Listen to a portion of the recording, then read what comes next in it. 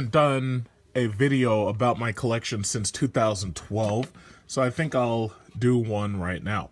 So as you can see, these are my older figures, which I've since replaced by boxed versions of the exact same figures.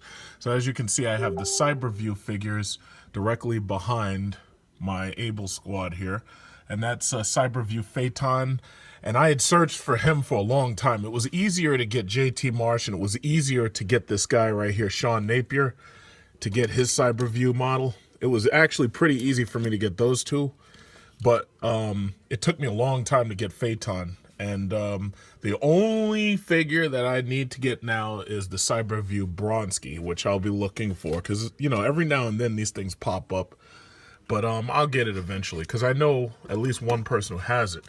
But I just wasn't willing to trade that person this game. I have the Exo Squad LCD video game mint in box, as you can see. Perfect condition, no open. And, you know, LCD games like this, they still make these things on the cheap. They sell them for like $4 or $5. But this one right here is obviously special because this is the Exo Squad game made by Micro Games of America. Now, I don't know how much this will ever be worth right here, but all I know is I got that mint edition. I think I got it from the UK on a eBay sale. So anyway, right here, as you can see, I have General Shiva, who is probably one of my favorites in the box, brand new. I think the things work. They might. What I really should do is open them up and take the batteries out, and I'll probably do that eventually if I get a chance. Then right here you see Livonis with the Troop Transport E-frame. Now if we go down a step, I have a brand new Neo Lord.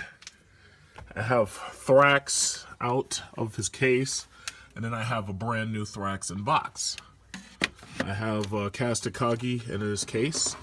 I have a brand new Tas Takagi in his box. Out of the case, in the box. This one has gotten beat up over the years, but it really doesn't matter. You know, I would dust these things off, but it really doesn't matter at this point. And this is my Marsala. Marsala got busted up. He fell and he hit the floor a couple of times, and it broke this little arm off, but it doesn't really matter because I've got a brand new Marsala right here in box.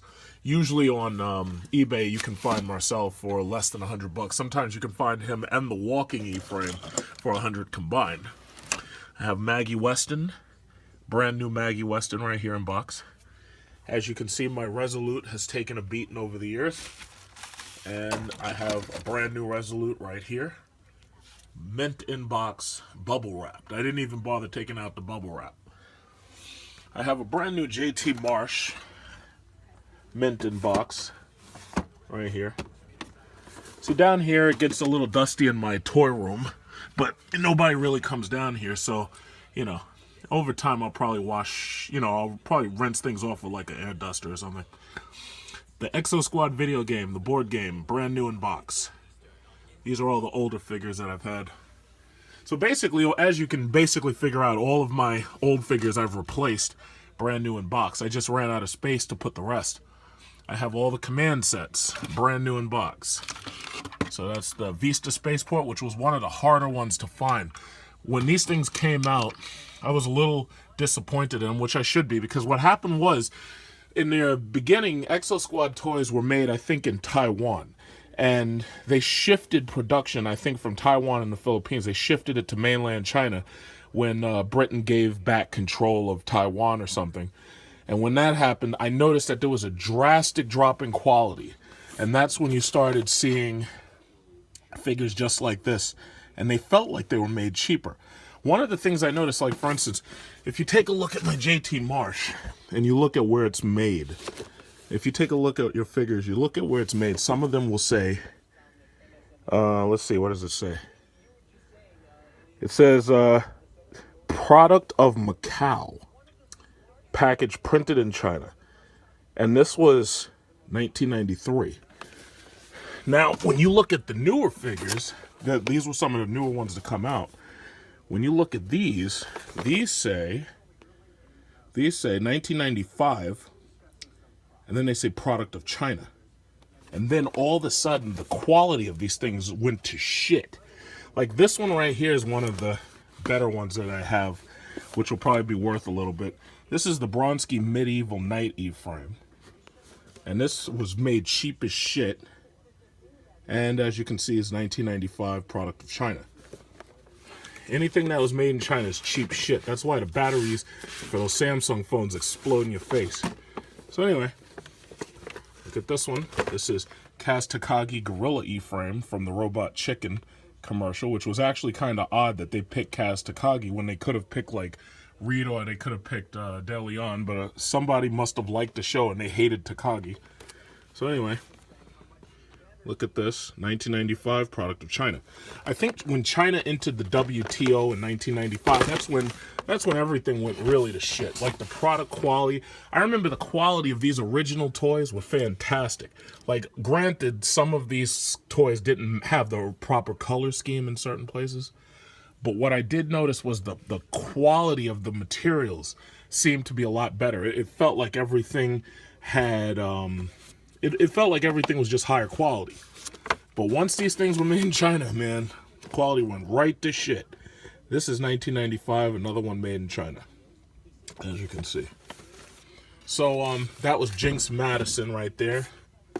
Now, if anybody who's trying to collect Exo Squad toys, because as you can see, I pretty much have them all, the first thing you're probably going to say is, oh, well, why don't you have the Robotech toys? I don't consider the Robotech toys to be real Exo Squad toys. I just don't consider it because they were never part of the show. So, personally, I never really invested much money into them. I had an Invid Shock Trooper, and then I had, what was it, the Battle Pod, and they were so cheap. It was because all the shit was made in China, but they were so cheap that I really didn't care about those figures right there. I really didn't care. So as you can see, we got Neo Cat, Neo Lord, and you can pretty much see that I got all the jump troops, as you can see. Now, the last figures were these Tech Wars figures. Now the Tech War figures, as you can see, this is the one that was a match of JT Marsh's E-frame. These were made in 2001. And these things were obviously products of China, so you know these were cheap shit. These were rip-off copies. Now, why did I buy them? Well, because even though they were rip-offs, I knew that, eventually they'd probably be worth something to, either me or another collector. See, I don't think I'd ever sell these things. I don't think I could ever sell these things. What I'd probably do is maybe start like a toy museum or join a toy museum and have like a wing or something, like a display built for my toys specifically.